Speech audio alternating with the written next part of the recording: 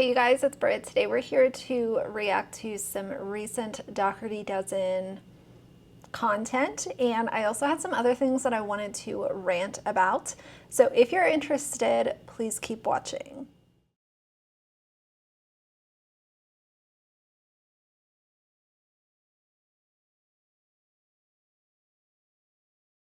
All right, you guys, so this is going to be a really relaxed video. Obviously, y'all can tell that I am not home right now. I'm traveling. I put something up on my community page, and I am working with what I have.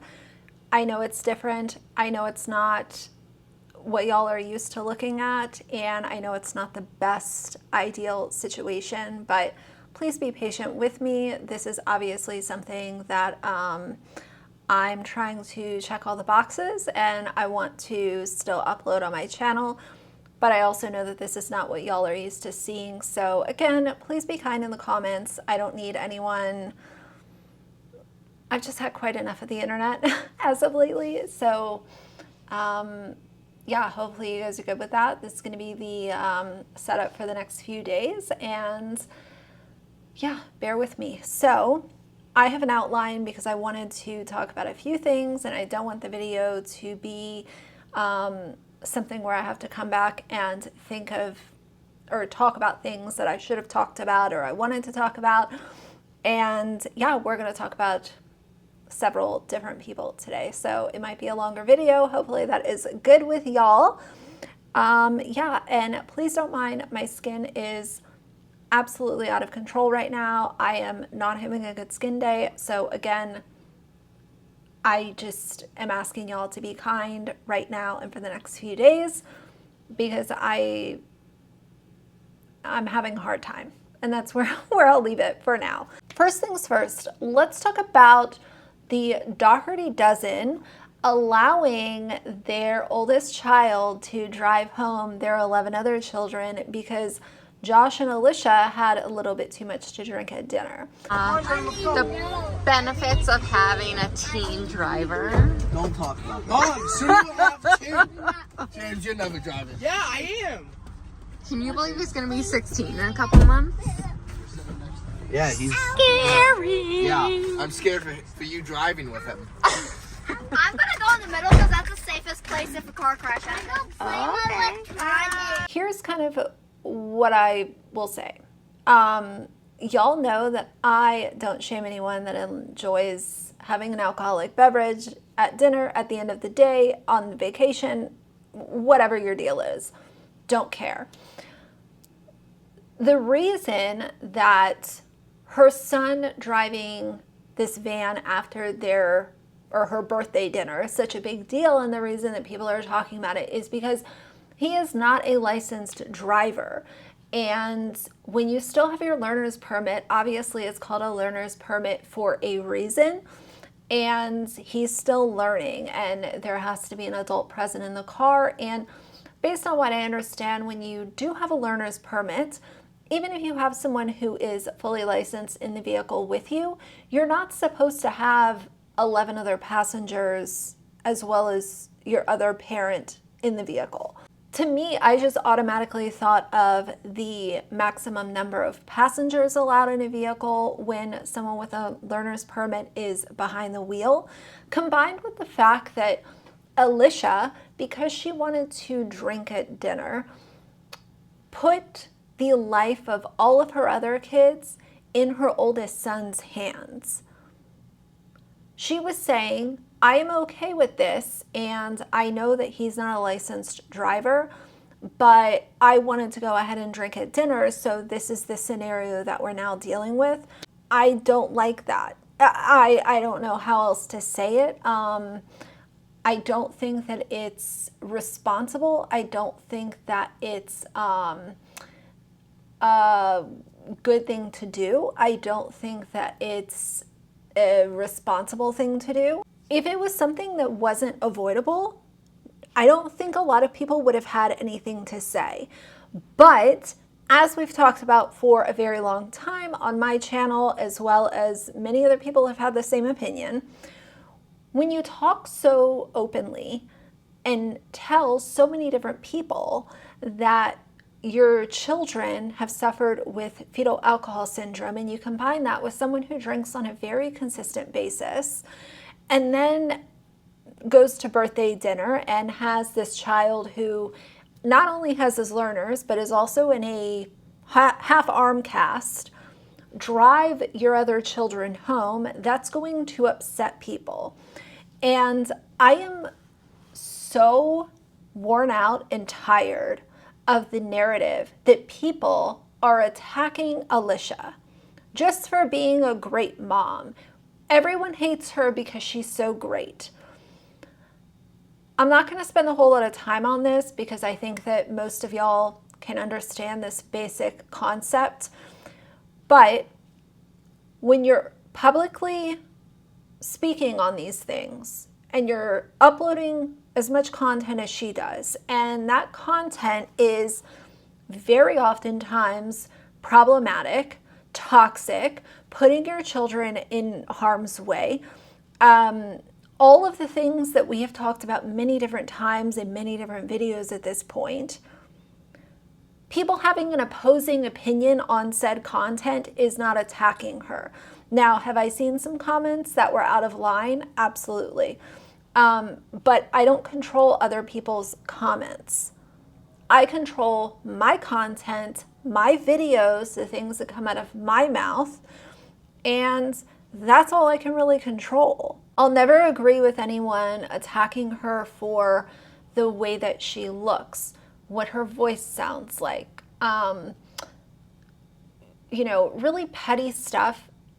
I will not approve of that, and I would never say it. Here's the thing, I hold other creators and other people on the internet to the same standards that I hold myself to. And I don't attack people for the way that they look. So if I see somebody else doing that, no, I don't approve of that. And I don't like when other people do it to me. If you come out and you're automatically saying that someone is ugly or their voice is annoying or they're stupid because this is their opinion, when you say things like that, it automatically diminishes your argument. In my book, for what my book is worth. And I know that it's not worth anything to some people, and that's okay. But I can say that I only hold other people to the same standards that I hold myself to. Now, recently, Alicia's been on this I want to be a cool mom kind of kick with some of her TikToks. And this has been peppered in throughout her time on social media. But I see that she's done it again recently, and she went ahead and uploaded a TikTok. So it says, teen with no job who likes to spend money, and it's showing that same oldest child, the same one that she trusted behind the wheel with all of her other children, and you can see here he still has his cast on. And she kind of does this really cringy dance, and it says, mom who likes to spend money. And obviously this is a trend. They're not the first ones to use this sound or do this. Yes, we know that you like to spend money, Alicia. You remind everybody every single day with the content that you upload. Buying unnecessary crap that sits in your house and hoards up your fridge and takes up room in your pantry that you don't donate, you just let it expire. She hoards food, and she hoards some random other things like toys and things that could be donated.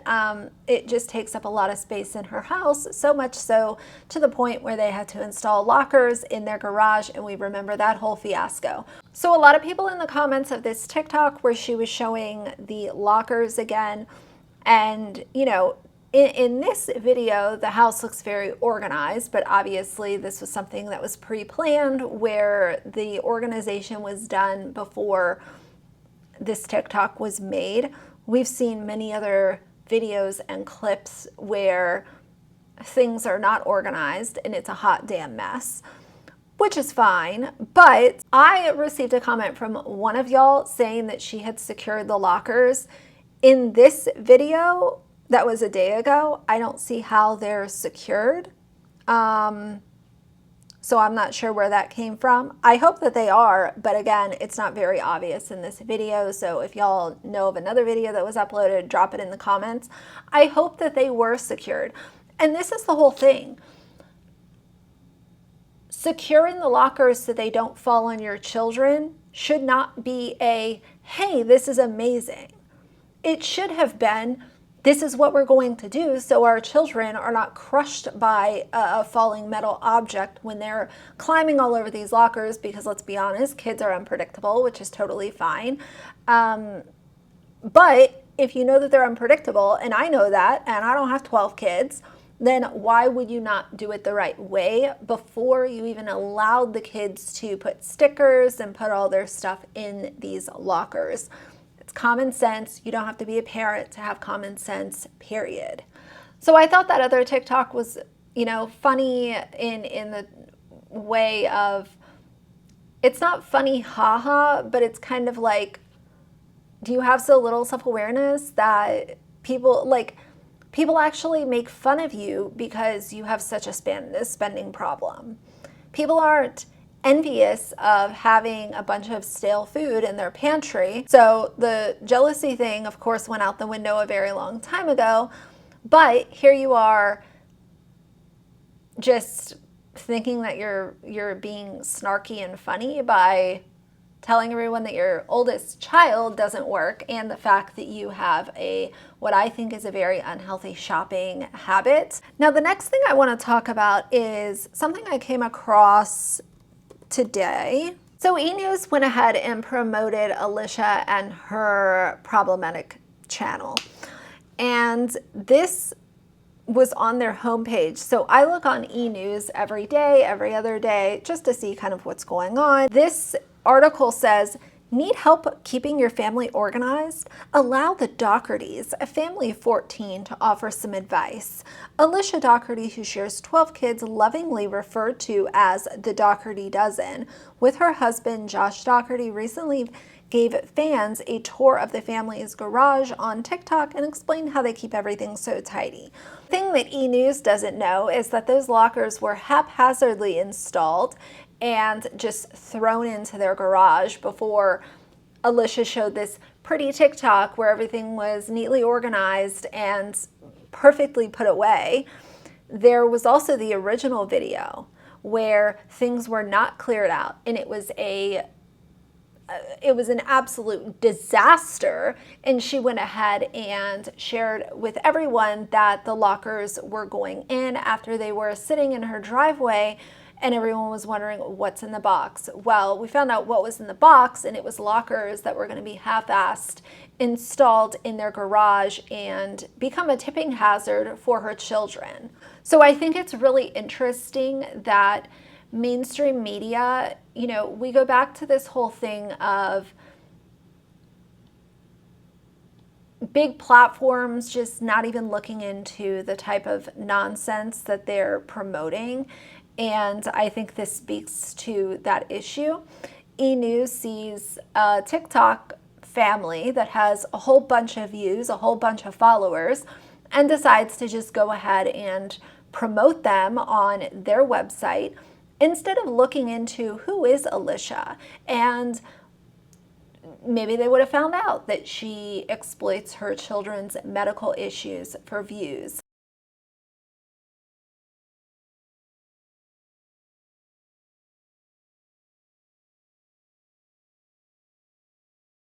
And the fact that she has children that have fetal alcohol syndrome and she drinks every single day. And the fact that she has told everybody where her children go to school and exactly where they live numerous times. So for me, a mainstream media company promoting a family vlogger is not a good sign. It is not something that should be normalized. It is not something that should be applauded, like, oh, let this family help you become organized.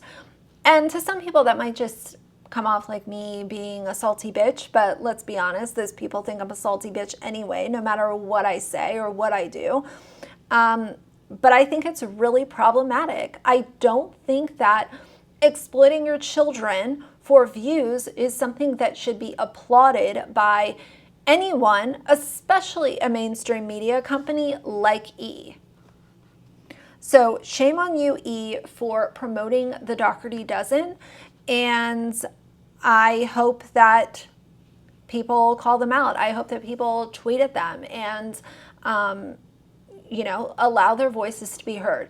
If family vloggers are going to have the amount of impact and engagement that they have, then the opposite side should also have a voice and an impact, because that is the healthy side of, that's a healthy social media platform, is where you can have two opposing opinions and you can share those opinions in a healthy way without bullying or harassing anyone, but both people can allow their opinions to be heard.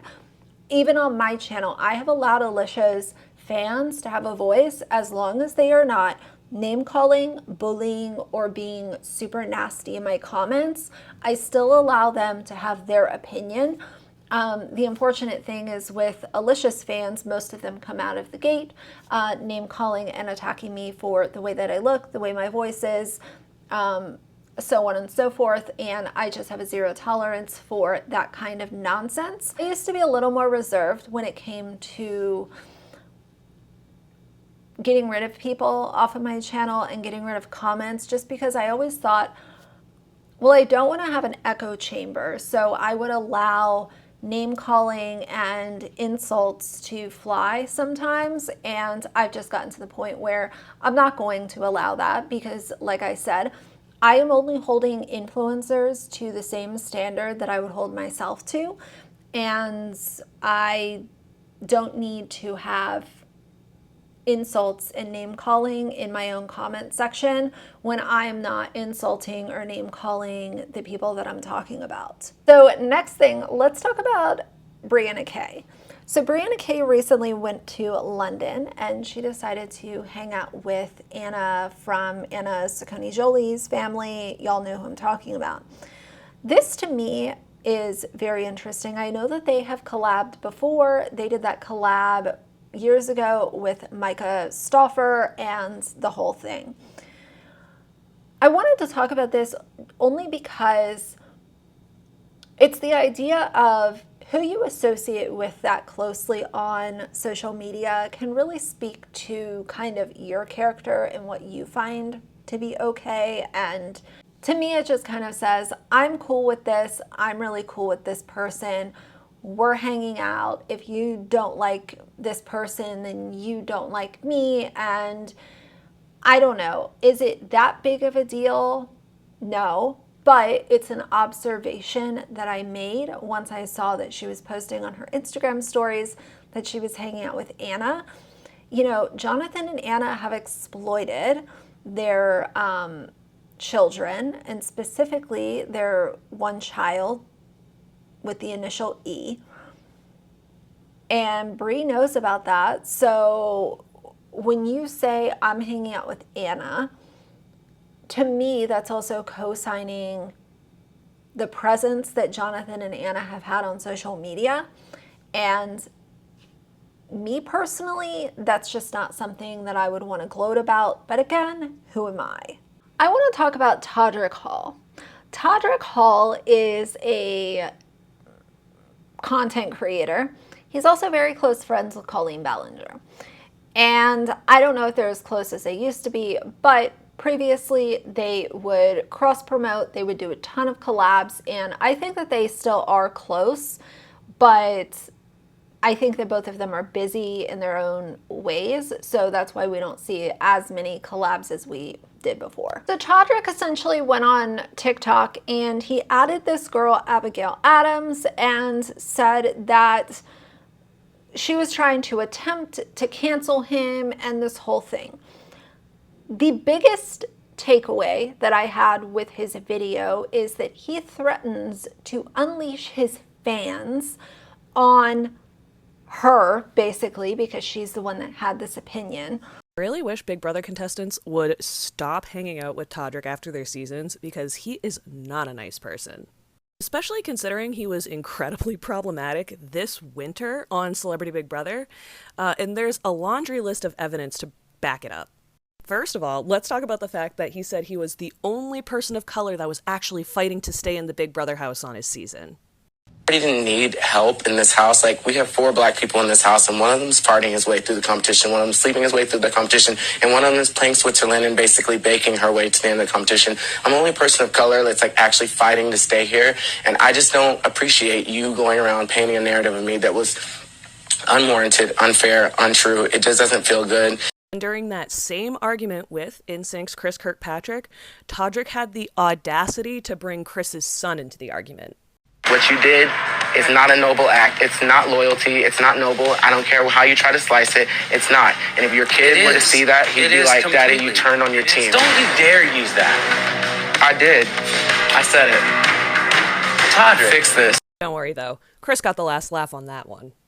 And then there's the time when Todrick said, "Don't be too hard on me" to Shayna Moakler, knowing very well that a home invader had said that to her during what she calls one of the most horrific moments of her entire life.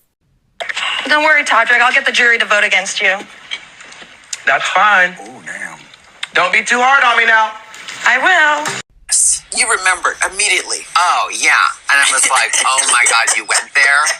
Like, because she was saying it was like one of, the most painful, like, terrible things. And he came over to my window and tapped on the glass and said, but don't be too hard on me. These are just some of the many moments that define Todrick as a mean person in the house. And this was a consensus from almost everybody on the season, minus USC star Misha Tate and Real Housewives star Cynthia Bailey. Different Stroke star Todd Bridges, who competed with Todrick on the season, ripped him an absolute new one in his exit interviews, telling Entertainment Weekly that he completely changed his opinion on Todrick after realizing what had actually gone down when he left the house and was able to access social media. And just a quick note that jury members are not sequestered on Celebrity Big Brother like normal seasons. After seeing everything he saw on social media, Todd said that he completely changed his opinion on Todrick's game, adding, quote, "He didn't play a very good game. He played a very mean game, a mean-spirited game, and unfortunately, me and Carson got caught up in it with him." But his gameplay on Celebrity Big Brother isn't the only issue here. And this doesn't even include all the problematic things he said and did before Celebrity Big Brother. I really wish that people who have never met me would just stop talking shit about me on the internet. Like, the audacity that you would feel comfortable enough to post a video about a perfect stranger publicly to anybody who could see it, to declare that this person that you've never met or breathed the same air as is not a nice person, which is a pretty ballsy statement, might I add, Miss Abigail, to increase your likes, your followers, your popularity, and to start a witch hunt against this person who is a human being and who has family and friends who see this fucking bullshit that you post, would, in some people's opinions, make you not a very nice person, Miss Thing. This might come as a newsflash to some of you, but reality TV is far from real, and you cannot judge a person's moral and ethic compass based on a social experiment where they are pushed to their limits, forced to live in situations that are pretty much unlivable with perfect strangers, and decide that that is who that person is 24 hours of the day.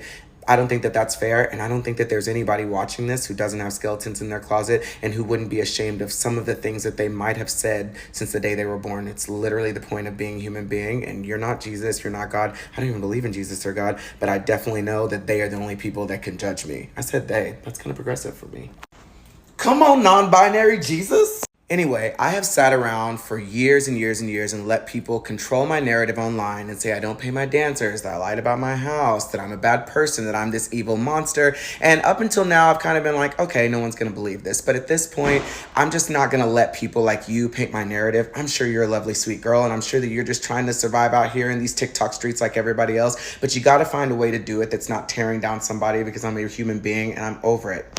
And not that I think that you're entitled to this information because you're giving me Entitlement the Musical already, but I'm going to give you just a few of the answers to the things that you're using to tear me down, to just explain to you some perspective, because I was always taught that there are 3 sides to every story: their side, my side, and the receipts. The comment I said to Shayna was never about a home intruder. My house was broken into. I would not make a joke about that. It was about an ex-boyfriend. Still not nice, but not the facts that you're telling people. I did say that I was the only person of color in the house that was playing the game because out of Todd, Lamar, and Cynthia, I was the only person who had ever watched Big Brother and they did not know what was happening in the game, and that's just facts. I have made over 10,000 cameo videos for my fans, and I am grateful to all my fans for buying those cameos, but at some point, they have not been the most original videos. They have been more copy-paste happy birthday videos. That makes me a bad person. I'm sorry. You let me know when you're famous and you're making 10,000 cameo videos, how original each one of yours are, and then we'll have this discussion again. At the end of the day, yes, I've made mistakes. I own up to that. I am not a perfect human, but I'm not going to sit around and let people tear me down because guess what? You guys might have a big Twitter following,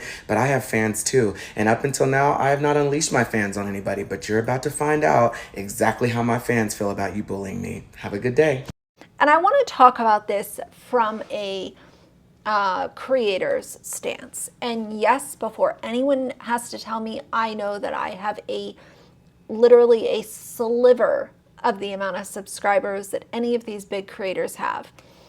But if there's one thing that I have learned, it's that you do not weaponize your fans ever. Like, there is nothing that could happen where I would ever choose to weaponize my fans against someone that does not like me. To me, that is petty, it's cruel, it is unhinged and cringeworthy behavior. There is absolutely no reason why, if someone does not like you, they're just not going to like you, okay? Nothing that you say or do is going to approve of you in that person's eyes because they don't like this thing you said. They don't like the thing you did. They don't like the way you look. They don't like the way you walk. You're doing this, you're doing that. So it is better to allow them to just have their temper tantrum by themselves and with the few people that they build around them that are just as weird and hateful as they are, than to come to your platform and say, this person does not like me, I am going to enrage my fans and then unleash them. Internet is a place full of opinions, and I talk about this all the time. I'm a commentary channel. I have many opinions of my own. Some I share, some I keep to myself because I know that not all of my opinions really matter, and some of them are just better off kept to myself. At least, you know, right now they are. There are certain people that I don't like on this platform, and there are certain people that don't like me, as well as other platforms, and that is okay. But if I were to come to my platform every single time I saw a comment, a video, email, a message saying, I don't like Radiant Brit, or I don't like you, you're crazy bitch. If those times I chose to react to those people and come to my platform and say, user 1234567 doesn't like me, in order to upset my subscribers to go attack this person, that to me just would not be something that I want to bring to my platform all the time. Because especially over the last year, I have really recognized that you can really feel like you're doing an okay job, and there will still be people who say, no, I hate you, you're doing all of these things wrong. That's just the way the internet works. But I have always stood on the side of, I know for a fact, no matter what people say, especially the Dougherty Dozen stands, I am not bullying, harassing, or being extremely hateful towards any person that I discuss. All that I'm here to do and all that I will ever be here to do is to open up the other side of the conversation, react to content that was actually published by these other creators. We have conversations and we share opinions here. And even if things get a little serious at times, or a little sad, or a little, you know, weird, like, that's okay. And I can stand on that. And like I said earlier, I know that I am not holding anyone to a standard that I don't hold myself to. But when I saw this TikTok, it was going around my For You page where other people were stitching it and basically upset that he threatened to unleash his fans. I really thought of that not only from the creator's stance, which I just shared my opinion about, but also as a follower.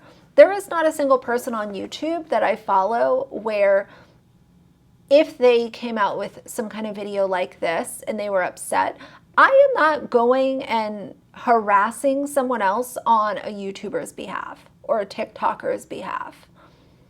And if you are willing to do that and you're actually harassing and bullying people on behalf of a YouTuber or another influencer, then you probably have a parasocial relationship with that person. And I think a lot of, not to use Alicia as a great example for everything, but a lot of her subscribers could take that hint and really reflect on it. Because some of y'all are willing to bully people on behalf of Alicia, and I think that's really, really weird. The last thing I'll say about this kind of topic is just because you think something is not a big deal does not mean that opinions should be silenced.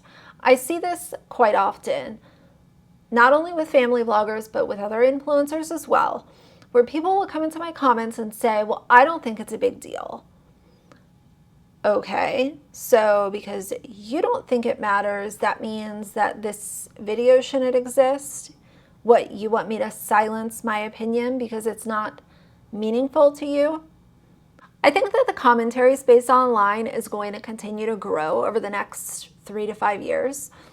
And I'm so thankful that I have my small little platform that I can come here and I can talk to you guys about things that are on my mind, they're on my heart, express how I feel, and we can talk about it. I'm so thankful for that. And I just think that commentary is not for certain people. It's not for certain people to take in, and it's also not for certain people to create. Because I see people that are deeply insulted by commentary videos, and I also see commentary videos being made where it's not commentary, it's just hate. And those two kind of put a dark cloud over the commentary space online. The whole idea of commentary is to say, I saw this is how I feel about said piece of content, and we talk about it. It's not meant to be this big, serious, production where people are going real life and people are having mental breakdowns and all of this kind of stuff. It's just to have a surface level conversation about things that are happening online. It's pretty simple. I don't understand why things so often get twisted and manipulated, and just people are making it something that it's not. And as I said earlier, all I can do is, control my own content, and that's all that I want to control. I have seen that comment quite a few times, and like I said, it's not just with family vloggers, but it's just this idea that, oh, well, I don't care about it. Okay, that's fine. If you don't care about it, then maybe this isn't the video for you, which is fine. But going around the internet and saying this doesn't matter to me, so why is this video here, is a very small-minded way of kind of looking at internet culture. And yeah, I wanted to address that just because I had seen it a few times, and I don't think that things like oversharing information about minors and creating toxicity all over the internet is something that should be expected to be ignored when commentary is such a big genre on YouTube. And as long as you're not being a jerk about it, people should be allowed to make commentary videos. Commentary is not bullying, and bullying is not commentary. 2 more things I want to talk about, and then I will wrap this video up. So first things first, obviously, since I'm not at home, I was recently on a flight. And when I was on the flight, I was obviously thinking about Love Meg's dog, Molly. And I try to do my best, and I don't know, this might be TMI for some of y'all, but when I'm getting ready to board a flight, I try to use the restroom before I board because I am very claustrophobic. I don't like to get up out of my seat and have to use the restroom on the plane. It's a whole thing. I just don't like being in small spaces. Being confined to my seat for, hours at a time is already quite enough for me. And it just so happened that I had to use the restroom on the flight. And when I went back there, someone was in the restroom. So I was waiting and I heard the toilet flush, and it automatically made me think of the amount of noise that not only the engines are making, but then you have things like the turbulence that creates noise and excessive movement and stress. And then you have things like the toilet flushing, and we're not talking also about things like thunder and lightning and rainstorms and things that are, completely out of the control of the pilot and the crew. That was a loud noise when I was standing outside of the bathroom. Could you imagine the level of noise that would be in the cargo area of the plane? I know that there are some people that have said, oh, I was in the military and we moved my dog and whatever. That's fine. However, what we're talking about with this situation is an almost 13-year-old dog being flown from New York to Germany because her owners want to be digital nomads. This is not something where you're serving your country and you have to move, and your dog is obviously a part of your family, so that's why it's happening. They decided to become digital nomads with a 12-year-old senior dog. This was not a, life event where the dog just, had to come with, and that's just the way things unfolded. This is obviously a completely different scenario, and there is a reason why there are hundreds and hundreds of comments on my other two videos talking about Love Meg and Molly, saying, yes, I feel the same way. Oh my God, I have a senior dog. I couldn't imagine doing that to my dog. Most people that are dog owners, whether or not they have a dog or they did in the past, or maybe they're just someone who loves dogs, most people can look at what she's doing and identify that it's a problem. This is not something that people are conjuring up some kind of conspiracy theory and throwing something at the wall to see what sticks. And I don't need to be a vet or a vet tech or whatever to be able to cite paperwork and articles from vets and vet techs and animal professionals where they have the same opinion that I do. This is the same idea that I was just talking about. Just because it's not a big deal for you, you're expecting silence, and that's just not the way that the internet works. And the people that are not dog owners that are in my comments saying, this is how I feel about XYZ, you don't see me shaming them and saying, well, you don't have a dog, so you shouldn't have an opinion on this. We go back to the common logic thing. You don't have to be ABC to have a logical viewpoint on the situation. Most people that have a brain and some compassion can look at most situations and say, yeah, this is probably not going to be good. Not trying to predict the future, but common knowledge would tell most people that this is probably not in the best interest of the pet, the person, the child, the whatever. That's something that so often gets lost on the internet, is people saying, oh, well, you've never done this, so you don't know what you're talking about. I think it's just a really good reminder that you can't always have logical conversations with illogical individuals. And usually the illogical ones expose themselves by making really ignorant comments, and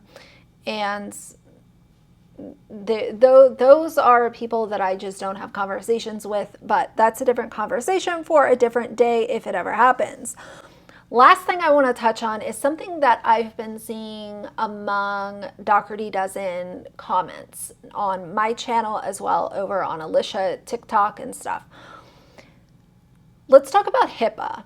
So HIPAA does not protect Alicia from sharing medical info on her kids, because a lot of people are saying, well, why doesn't HIPAA apply here? Like, what about the HIPAA law, HIPAA this, HIPAA that?